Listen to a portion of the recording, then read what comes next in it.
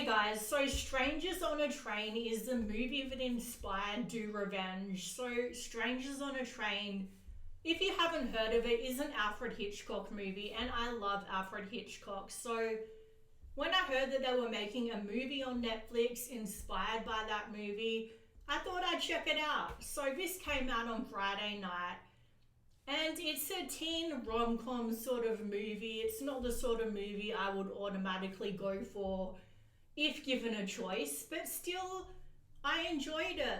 I had a good time watching this. Was it perfect? No.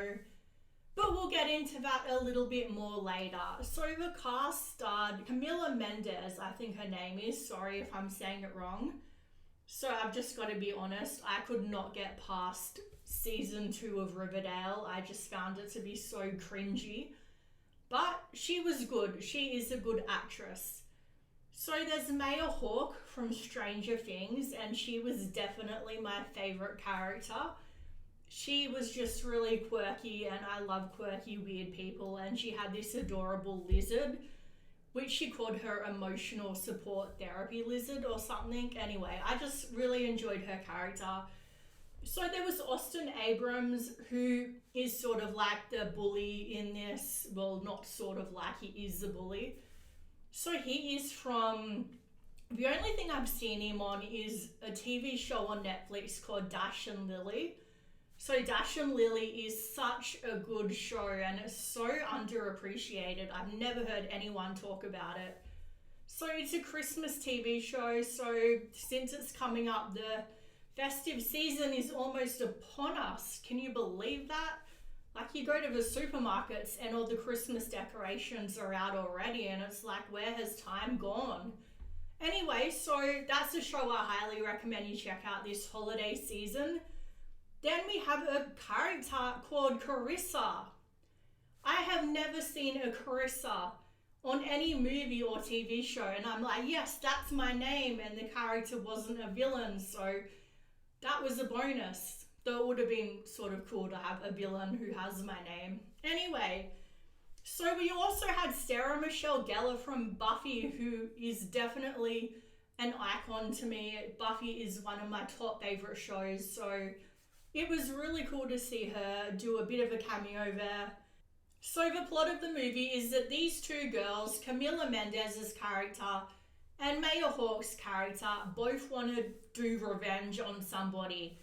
Maya, because somebody spread a rumor about her that she was like a sort of a sexual predator, and she forced a girl to kiss her. And the other one, Camila Mendes' character, had a sex tape leaked around school and everybody saw it. So they basically team up and do each other's revenges because they think that way it won't leave a metaphorical paper trail, you know? People won't suspect that it's them because there's no connection there. So that's the part that obviously got inspired by Hitchcock. So they do each other's revenges, and then things happen along the way, and it was entertaining. The movie felt like it was never really stagnant. It never really made me lose focus, even though it went for 2 hours.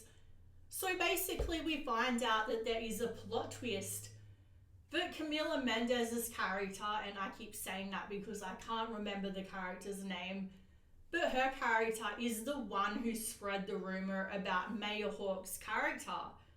So we don't know this at first, but it turns out that Camila's character is this mean girl, this bully who years ago had spread this awful rumor about her. And now it's just starting to like come back to her what she did when May actually confronts her about it and says, hey, it was me. I've been screwing with your life these past couple of months. And, you know, Camila's character was awful to her. There's no doubt about that. But Maya's character, she literally gets Camila's character in a car crash that could have killed her, destroys her chances of getting into Yale, and she's a scholarship kid where Maya's character is really rich, and it just feels like, okay, this is really making a mountain out of a molehill. Like, not saying that a rumor like that is a tiny thing and that she shouldn't be upset, but still, almost killing somebody is definitely going over the top. And even when she's done that, she still isn't satisfied. She still wants revenge even more. And it feels like, okay, this girl is a psycho, but she's an entertaining psycho, and I was really entertained by her character. But she is definitely not somebody I would ever forgive. Anyway, Miller's character narrates / share in that movie Clueless. If you've seen Clueless, it's this movie from the 90s where the main protagonist sort of narrates the movie, and it felt like they were paying tribute to that in a way, and having Camilla's character narrate the movie. And also they made all these like little, I don't know, references to 90s movies and played 90s music, and it just felt like the movie was super in your face, like progressive, but at the same time it was trying to be like something of a different era with all these nods to the 90s. And I get that the 90s is definitely in fashion right now, and the 80s is sort of a thing as well, like in movies and TV. Thank God not in fashion. Like, can you imagine everybody wearing leg warmers again? No thank you. Anyway, so I just feel like it was a little weird to have the characters understanding these references to 90s music and movies when this is a teenage movie. It's aimed at teenage audiences, and most of them would not get the reference. So that felt a little bit weird. But in general, I've got to be honest, this is an entertaining movie. I do think that the way the girls forgive each other and team up to take down the guy who leaked the sex tape, which was her ex-boyfriend, a big surprise, who is also dating her ex-best friend. I mean, that is the worst friend ever.